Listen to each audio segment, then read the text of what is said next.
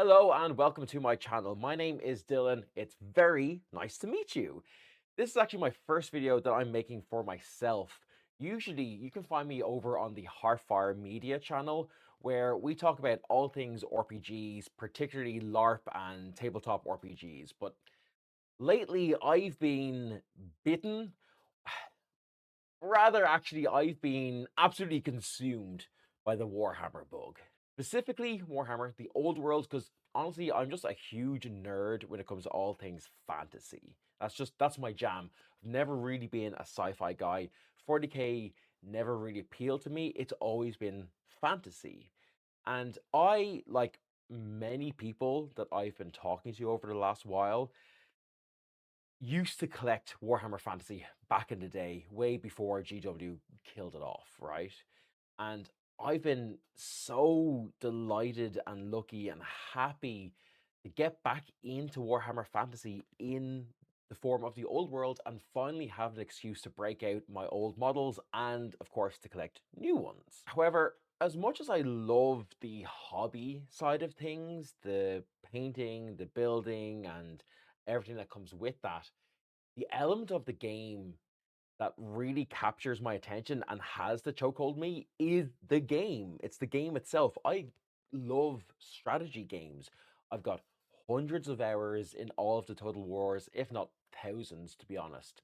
And even back when I was a young kid collecting and playing for the first time, I had the 6th edition Warhammer box set, the one with the Empires and the Orcs.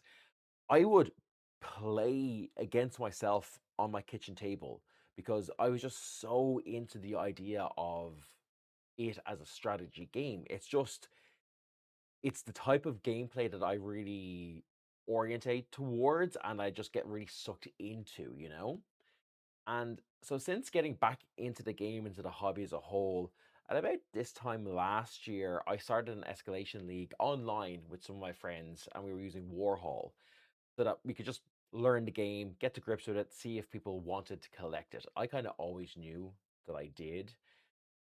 And as we were playing more and more online, that itch of wanting to see my guys on the table had just been getting more and more and more and more as we played. And because RPGs are where a lot of my time lies with all the things I do at Heartfire, I don't really have a regular gaming group or club that I get to play regular games of the old world with. So instead, I've opted to basically just use tournaments and competitions as my gaming outlet. And I'm by no means a super competitive tournament player, but I enjoy playing to the best of my ability. And to be honest, tournaments and competitions are just an excuse for me to get games in. So this channel, to begin with, is going to be me doing talkbacks of my games and my experiences playing games in the Irish scene and doing like post-mortem analysis on my gameplay. And as I said, I'm by no means a tournament level player, I don't think. But I used to play chess semi-competitively in school, and it was always drilled into me that in order to improve, you don't actually just play the game. You need to think about how you could have played better. You acknowledge your own mistakes and your opponent's good moves. And regardless of if you win or not, or how much you win or lose by, I think there's always something to learn from a game and from going back over your game and seeing how could you have gone better? What was just dumb luck, either positively or negatively? So that's what this is going to be. This Now, in time, I might do more with this channel, but for now, to begin with, I'm just going to start with a small one-day RTT that I took part in a place called Exploding Dice up in Northern Ireland in Bangor, which was really, really cool, and I'll talk about that in a second. It was a square-based comp tournament using the Renegades pack, shout out square-based, and there were 8 players, so it's actually quite a small tournament. But to be honest, the old world scene is only really beginning to grow and show up in Ireland. There's been a lot of smaller tournaments. I'm actually playing one this weekend, which I'll also make videos about. That is a 1,000 points game, and that has way more players. And I think these smaller formats are getting a lot more traction to begin with in the scene, as people are getting used to the game, they're getting their models painted, they maybe don't have the full amount of points for a big 2000 or up to 2004, 2600 game that these bigger competitions have. But yeah, let's get into it. It was a 3 game tournament. Spoiler alert, I won one, I lost one, and I drew one. But I did get the ultimate prize. I got best painted, which was kind of a pity prize, but I'll take it anyway. And I also got the best sports person or the best opponent award, which, to be honest, that one is the ultimate award to win. I think I was way more. I if I had have lost all my games, one, I still would have had a good time. But had I lost and gotten that award, I would have been delighted with myself. And I think any tournament I do, that's the award I'm going for, because for me, getting into these games, playing the game is the point. Having fun is the point. Yes, I enjoy playing to the best of my ability, no matter if that ability is maybe only here. I enjoy kind of trying to push myself and enjoying seeing other people do that, right? But that's because that is fun for me and that's what I want to get out of it. And I want my opponents to also have that fun, no matter where they are on a skill level, too. Because the skill level and this will sound wrong, but the commitment level of people is very, very varied. And some people just want to come in, push some toy soldiers around, roll some dice, have fun, and that's great. That's what the hobby is about. Other people take it to the extremes. And I think what's beautiful about the Warhammer hobby is that it contains these multitudes, and there's so many different ways of getting involved and having a good time with it. But all that said, let's get into the actual games themselves. So first off, I want to just talk about, I want to give out Exploding Dice a bit of a shout out because they're really cool. They are a charity and it is just a really nice, welcoming atmosphere. As someone, as I said, who doesn't have a regular game group, it can be kind of intimidating going into new spaces or trying to go to different game days and things like that, not really knowing anyone. I arrived a little bit early and instantly I was greeted really, really well and really warmly by Pete, who's one of the staff members there, who was also taking part, who was my third game as well. And honestly, I was just made to feel really welcome. It was got chatting really nicely, really easily, and I just had a really good time. So yeah, I just want to give out a shout out to Exploding Dice. If you're ever up in Belfast or Bangor or anywhere in the north of Ireland and you want to try get some games in, go check them out. They're good people. I can vouch for them. So let's get into the games that I played. And before that, let's go into the list that I brought. I was playing Wood Elves, my boys, my woody, leafy chums. These are a new army to me that I started since playing the old world. I am a big elf fanboy, so I used to collect high elves, but now I have gone on to our leafy, woody variety. So I was playing with a dragon. I didn't play double dragon, mainly because while I know it's good, one, it felt a little bit cheesy, but really, if I'm honest with myself, it's because I only have one dragon. So I was playing the Glade Lord on the dragon with the Annoyance of Netlings aspect of the cat, Giant Blade, and Talisman of Protection. So this was a pretty simple build. I'm sure a lot of people on the tournament scene or who are into Wood Elf content have seen. It is the challenge one. The idea of him is basically that he is relatively tanky. If I can go in and take a challenge, I am pretty much guaranteed to beat most things in a challenge unless it's a similar type of character, which, spoiler alert, we'll see. I then had a level 4 Spellweaver on a Hawk. I was using the Lore of the Wild, so I got the Heartwood Pendant and the Oaken Stave, as well as the Ruby Ring of Ruin. The Heartwood Pendant giving me access to Lore of the Wilds, which has that really nice magic missile at strength. I think it's strength 6, D3 plus 1 hits. And it's honestly, it's a very, very good lore because of that magic missile, being able to take out high toughness targets, which is something that Wood Elves struggle with. I actually never properly played this lore before, but I had a 2,000 point match a couple of months ago against another Wood Elf player. Now, he was actually playing Orcs and Goblins at the time, but he suggested that I look into Lord of the Wilds, and honestly, I looked at it again and I was like, oh, kind of hurts that I have to pay 15 points just to access it, but to be honest, I think it's worth it because it does have a good couple of fills for gaps in the strengths of the Wood Elves, i.e., you can actually get high strength kings into there. I then had a BSB on foot with the Eternal Kindred. He had their Resplendence of Luminescence, a Befuddlement of Mischief, which is the -1 initiative and weapon skill, and then just the Armor of Meteoric Iron, just give him a little bit of survivability. He was going in the unit of Wildwood Rangers that we'll see in a second. Then for core, I had 12 Deepwood Scouts. They had the Hagbane Tips, which is the poison with a champion, 18 Glade Guard, Arcane Bodkins for the -2 AP. I had a champion in there and also the banner to ignore cover. 8 Glade Riders with Arcane Bodkins as well. They had reserve move, champion, and the banner to give them quick shot. And then 8 Wild Riders in special, champion, standard bearer with the Totem of Wrath. The Totem of Wrath is something that I don't know if I'm going to use anymore. I have been struggling a little bit with getting Wild Riders to work for me fully. And I think the things that I want to put my Wild Riders into, they should already be killing things without necessarily the need or help of Totem of Wrath. And I think I could use those 50 points elsewhere. 50 points is basically another Eagle, for example. And then to finish out the list, I had the 20 Wildwood Rangers.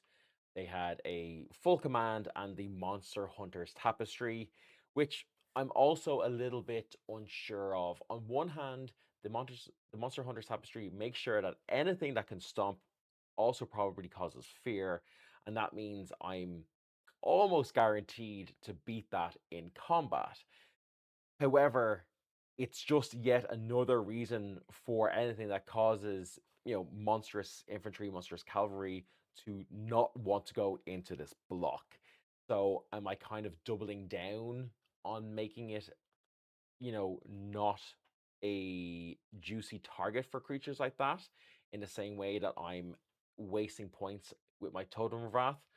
Kind of leaning that way, but I think a couple more games is needed to fully form my opinion on this. Would love to know if you have experiences or similar opinions. Let me know down in the comments. And then finally, I had 2 Great Eagles. I know that the beast packs are a lot more common and popular. They're obviously a lot cheaper. I don't have the models for beast packs, so I'm using Eagles.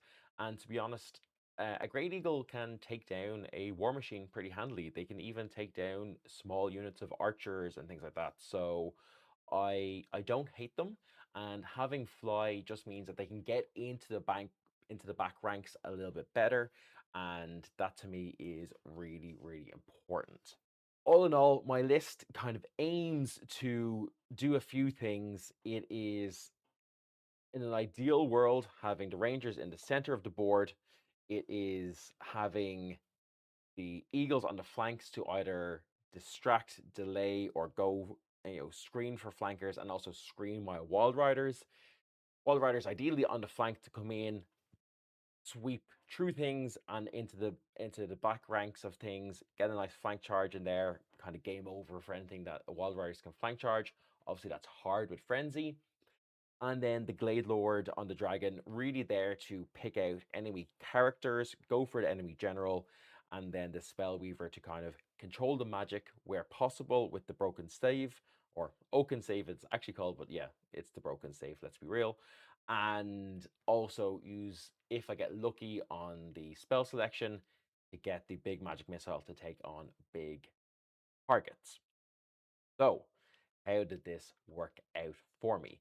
Well, game 1 was against Wood Elves, which I don't think Wood Elf v Wood Elf is a particularly exciting matchup to play, but it is very interesting, and as part of my preparation for the tournament, all of the lists were released ahead of time, and I went through and made sure I knew everyone's list and what I would do if I were up against them. There was only 8 players. I felt that this was pretty easy for me to be able to do and to prep for.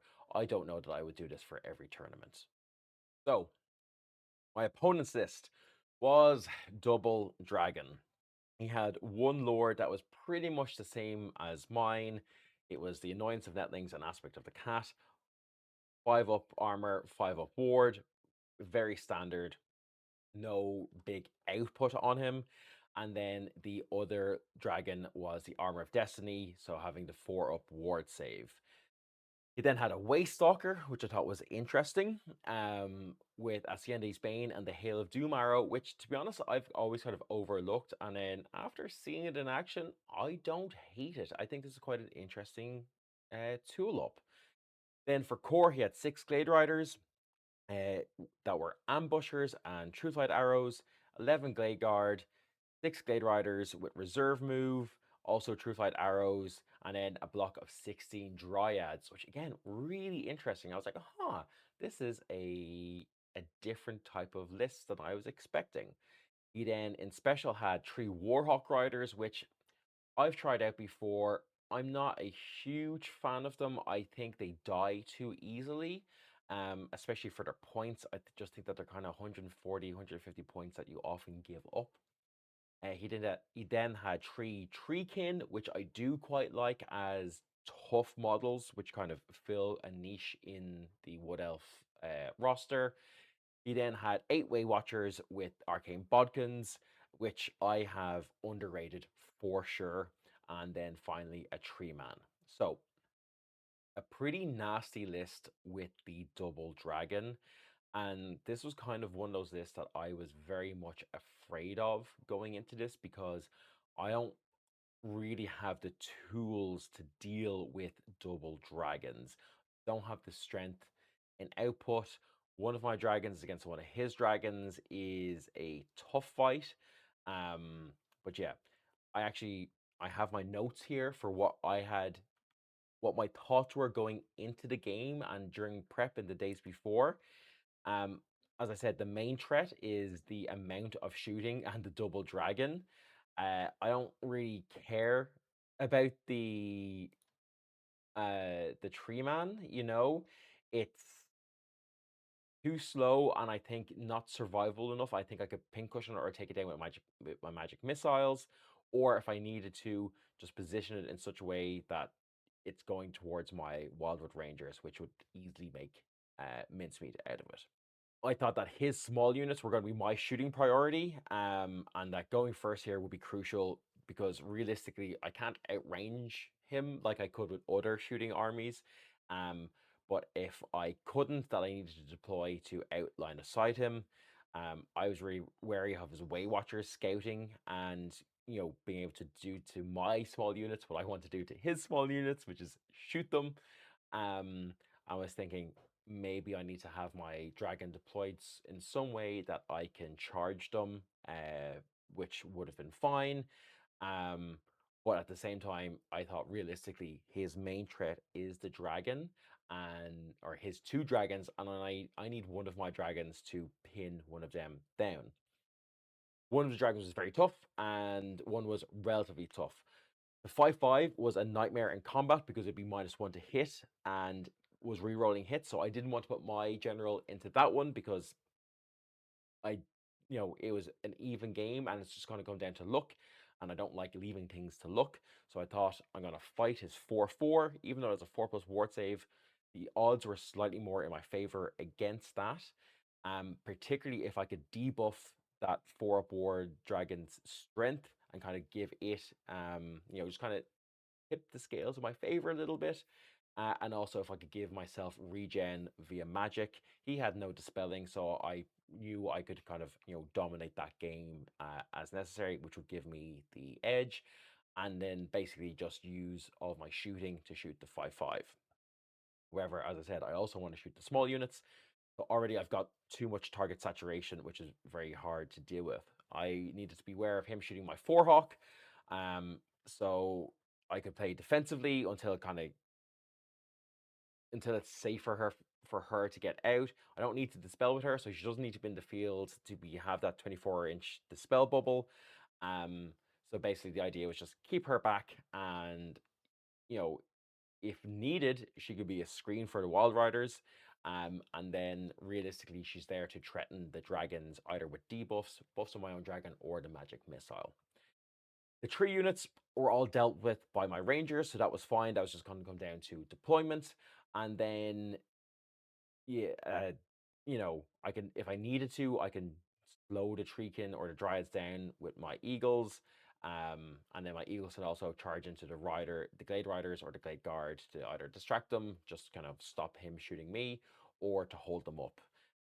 My idea for his Warhawk riders was just shoot them with my Deepwood scouts, and ideally I need to shoot the Way Watchers early on and first. So a lot of things to deal with. I do think that in general, my list had most of the tools necessary to get there. But as you'll see, I don't think I used them to its full advantage. And really, the double dragon was the death of me to begin with. Now, I will say my opponent, David, was fantastic to play against. He was really nice. He also ended up winning the tournament. So I'm always happy to be beaten by the eventual victor of the tournament. That is always a nice feeling. Kind of just takes the sting out of it a bit, you know?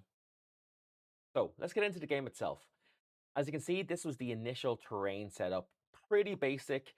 Nice that we both had a hill in our own deployment zones, as well as a forest that was kind of, mostly in his and just a little bit out of mine. Um, Obviously, with it being Wood Elf v Wood Elf, we get to bring our own. So he brought and placed down this forest, and I placed this forest here. This was pitched battle, so standard deployment, 24 inches apart, with baggage trains. So this thing here was his baggage train, and then this was my baggage train here. And it was also strategic objectives 4. So 1, this little dice was another one, 2, 3, and 4 here. I lost the roll off for deployment, so I ended up starting to deploy first.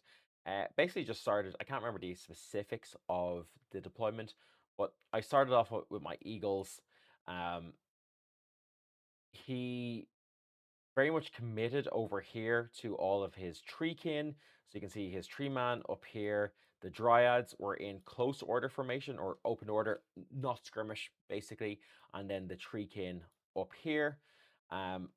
I placed my wild riders down here, which were screened just by the eagle. So you can see here to stop frenzy charges, as well as having the forest as a screener to block as well. But to be honest, I was very happy with the possibility of having these freaking up here, as I thought that this is a very good matchup for me. I thought I could do a lot of damage into here and kind of use the volume of attacks and the strength of the attacks on the charge to take out these guys. I should also say you're probably like, hey, where's the dragons? This was my deployment, and then after actual full deployment, you see I scouted here. He put his dragons and his characters went down here.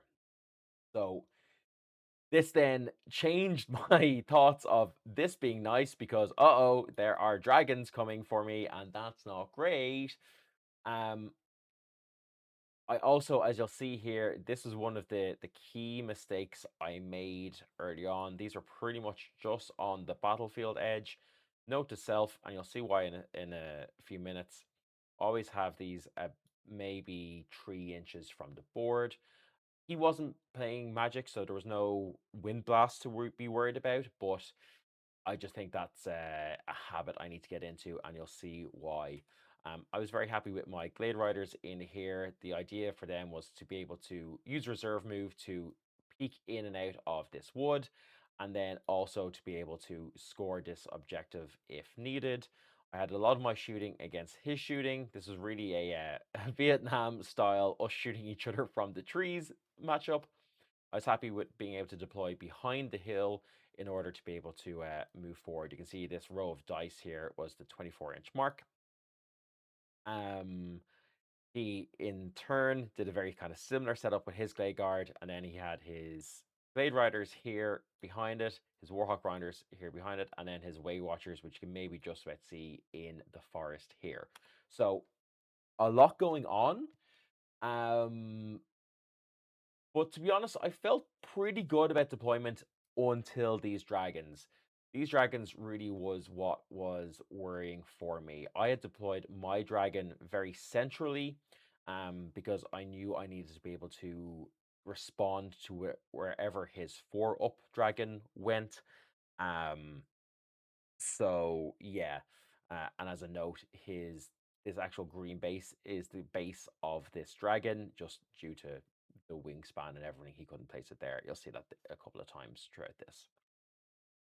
So this was a rough start, and straight away, deployment being so important in the old world, this was my major mistake. Because if you see here, he's got pretty much nothing to shoot. He can shoot my eagle, which I'm happy about. My eagles are here to be sacrificial lambs, and against strength 3 shooting with toughness 4, it's and 3 wounds, it's moderately safe. He probably needs to really focus and dedicate an entire round of shooting to take out an eagle. Now, obviously, he can spike and get lucky, but it, I'd be happier, a lot happier to take a full volley into an eagle than to take a full volley anywhere else. However, with my rangers being so exposed and the only target available, unfortunately, he got the first turn, and we're going to see why that mattered. So he basically started off by going over here, pushing towards pressuring my Deepwood scouts, which makes sense. His Way Watchers did move, they just stayed there. His Glade Guard move up into the hill. Everything else just moved forward, kind of as expected. And then his 2 dragons were here again. This dragon is actually here. So I was like, okay, this is not so bad. I can get my dragon into here. Realistically, I should have maybe pulled my dragon back a little bit just to give him better sight lines. Again, another learning. That's fine. But then turn 1 kind of is where the pain happened. You can see there is a large chunk of Wildwood Rangers missing. Hail of Doom arrow from the Way Watcher or the Way Stalker really did a number on them. Strength 4 AP1 kind of just chewed through me. I was trying to think if there's anything I could have done better, but they ignore cover. So even if had I screened with an eagle, it wouldn't have mattered. This was just really nasty for me, and honestly, that put me on the defensive straight away, and I did not like that at all. I realistically should have just have been a lot more conservative at the start, I think. I think he was the beatdown. He had the double dragon. I needed to be reacting a lot more to him, and these rangers were a key part to me being reactive, which I just kind of handed to him on a silver platter to start with. So yeah, not great. But yeah, then we go on to my turn 1. So I basically just moved my Warhawk up here. The idea was I can use her effectively to screen from the Glade Guard, but also to get a fireball off into the Glade Guard. I pushed my Eagle up just to try and threaten the Way Watchers. You can see they moved back here. This was from a full volley here into them, and they are just evasive out of the forest, which meant I lost 18 shots, which stung. My Deepwood Scouts linked into the Warhawk Riders, exactly as per my plan. That works pretty well. I thought that was really, really good. Everything going to plan kind of so far here. This was my plan to shoot the Way Watchers, but then I forgot about evasive, so yeah, not much I could do here. And then my plan of using the Blade Riders in and out was going fine. I then just basically reformed my Rangers to better able to adapt and react to this threat coming over here, and placed my dragon here in order to get ready for a dealing with this dragon threat. Again, he was actually here, not here. He's a bit further back than it looks like. Didn't do much with my Wild Riders, just kind of moved them up, getting ready. I pushed this eagle up in order to get it out of the way and start threatening these smaller units where they can actually do something, given that I had a lot of time and I didn't really need to delay this block of Treekin. So, not a bad start to my turn. I think I played it pretty well, but deployment really was where I was losing things. Then it comes to his turn two. He charged in with the Warhawk Riders, and this is where this came back to bite me in the ass. Due to skirmishing rules and coherency, a lot of my guys were off the board, and I didn't have enough room to rank up, and so I just straight up lost them, which on one hand, look, they did what they were supposed to do. They distracted this. They tied up his shooting for a while, which I wanted, but it was a silly move. I should and could have maybe survived, if not even killed this Warhawk Rider in combat. Just not great. His ambushers came on over here, which, to be honest, I was expecting him to come on maybe more this side. Is probably what I would have done to get a nice tasty rear charge into here, or go for the baggage train. I don't want to say that this was a mistake on my opponent's behalf, but I don't know. I think maybe he was just kind of worried about all of the other shooting I had and wanted to be able to take take it down, take down my eagle, that sort of thing. So I can respect it. I don't know if I would have made the same decision, but hey, he won this match, so maybe it was the right choice. Uh, then we had a double charge from the dragons. I countercharged. I got a couple of inches, nothing fancy. Which, yeah, to be honest, again, I probably could and should have done more in this area. Maybe pulled the Wild Riders back a little bit. Because looking from his perspective, this is exactly what he should have done. He should have put his dragons in against my Wild Riders. They didn't stand a chance, and they didn't. Um, so yeah, that was good going on his behalf. Then this is the remaining of his movement in that turn. You can see again, Dryads moved up, Treekin moved up. He just moved the Tree Man around here to try and take some shots at my Eagle with the Strangle Roots. He moved around a bit in and out of the forest as usual, and he plinked a few wounds off of my Glade Guard here. He pretty much stopped shooting my Rangers. I think he knew they weren't a threat. He tried to shoot my Forehawk, and I evasive back out of the way. Yeah, not a whole lot to talk about here.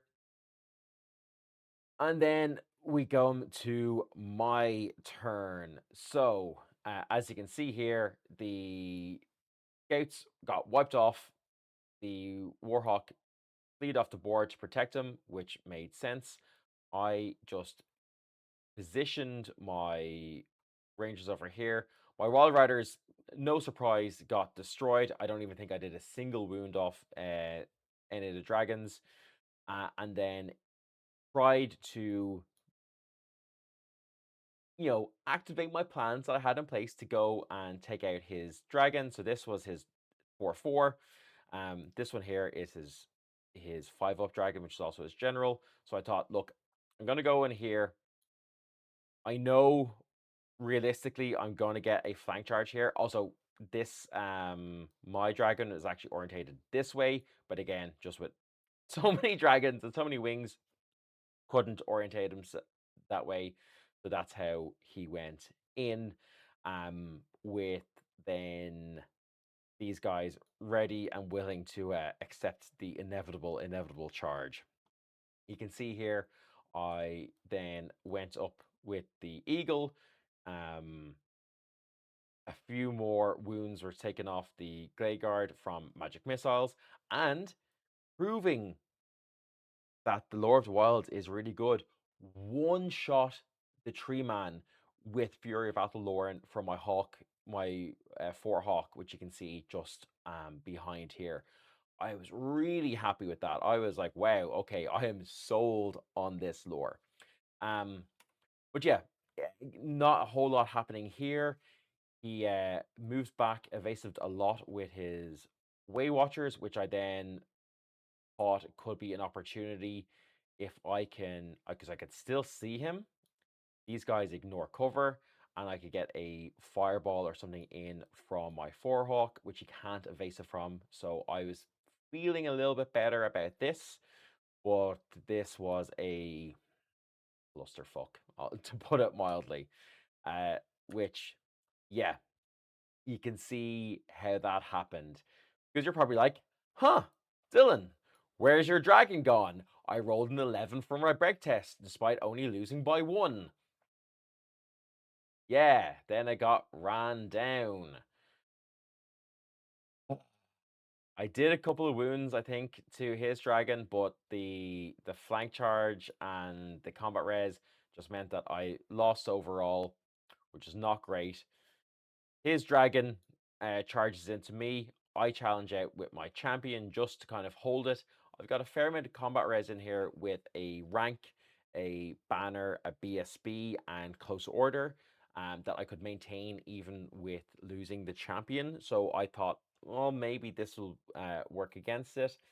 I lose a couple more wounds just from shooting, and uh,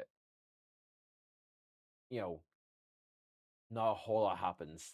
So it was at this point that losing that dragon, that sucked. That was kind of the end of me. And to be honest, that was probably a big mistake. I probably shouldn't have committed back here.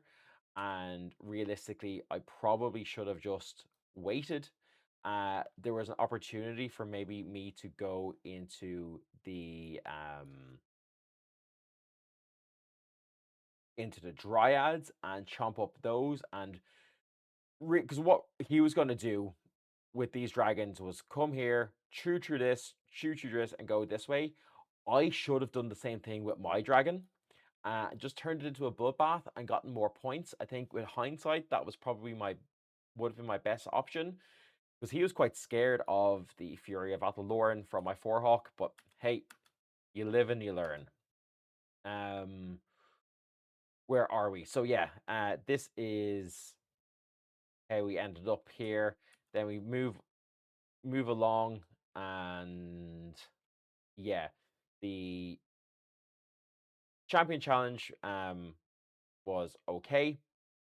The combat continues here. I lose a couple of models, not as much because I can't be stomped, which is really nice. I think off a couple of wounds. I think you can see there's 4 wounds taken off him, which is really nice. I start going and trying to contest this objective marker. I can still, I think at this point I was controlling this with my Blade Guard, but then it was either between my Blade Guard or my Rangers. But to be honest, then I started losing unit strength, couldn't control it anymore. You can see I've moved my Warhawk up here to get the magic missiles in. His Warhawk has come back in and has gone and hidden behind the forest. Same with his Glade Riders up here, because I still have a fair amount of shooting going on. And then my Eagle had gotten into the flank of this Glade Guard, and chomped it, overran, and we're then threatening to go in here. So this side and this kind of area of the board was pretty much going to plan. It's just this area that was not. Then going on to his turn 4. So we're pretty deep into the game at this point. This dragon is actually in base contact with the Glade Guard here. Just we had to move him back because he wouldn't balance on the hill. This dragon going in for the baggage train. Ignore these rangers. They are not there. They obviously got chomped. They got chomped and overran from the dragon. These guys kind of doing nothing, just started moving around. To be honest, he probably should have just left his dryads up here. They're core. They could have captured this point. Um, he shot the eagle with his Way Watchers and everything. No wounds, and I was delighted. I could not believe that he actually survived. It was crazy.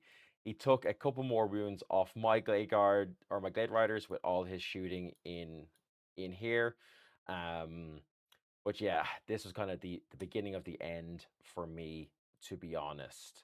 I then said, YOLO.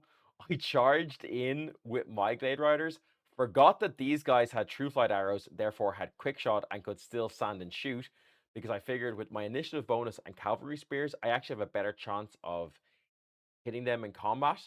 And I would have had two, except I lost some models going in on the stand and shoot, which is annoying. My eagle got in, directed all his attacks onto the Waystalker, killed it, which was great.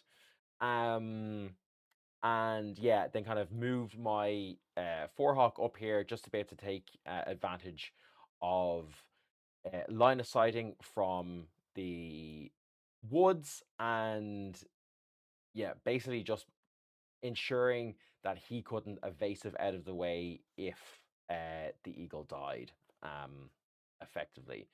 But yeah, as you can see, this combat didn't go my way.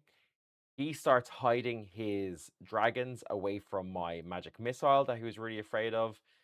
His dragon goes into contact with my baggage train, claiming it. These dryads come, start claiming this objective. These guys start pressuring here to claim this objective. I've got very few models on the field left. Count them, a whopping 3.